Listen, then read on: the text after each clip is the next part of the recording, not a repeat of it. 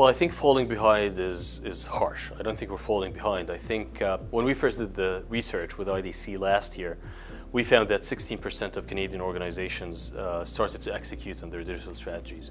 When we did the research again this year, 12 months later, we found that 38% of Canadian organizations started the execution. So that's a really good progress, and I think we should be proud of that. I think the challenge is that a lot of organizations are still in a planning mode. 50% were planning last year, 50% are still planning this year, and I think we have to break out of that planning mode.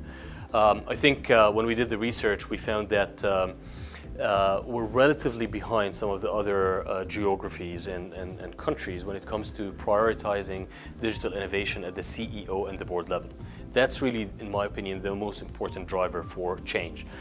Business and digital transformation is about business outcomes. So technology is not the mandate of IT anymore. So the business owners should be the real drivers, the real owners to make the change.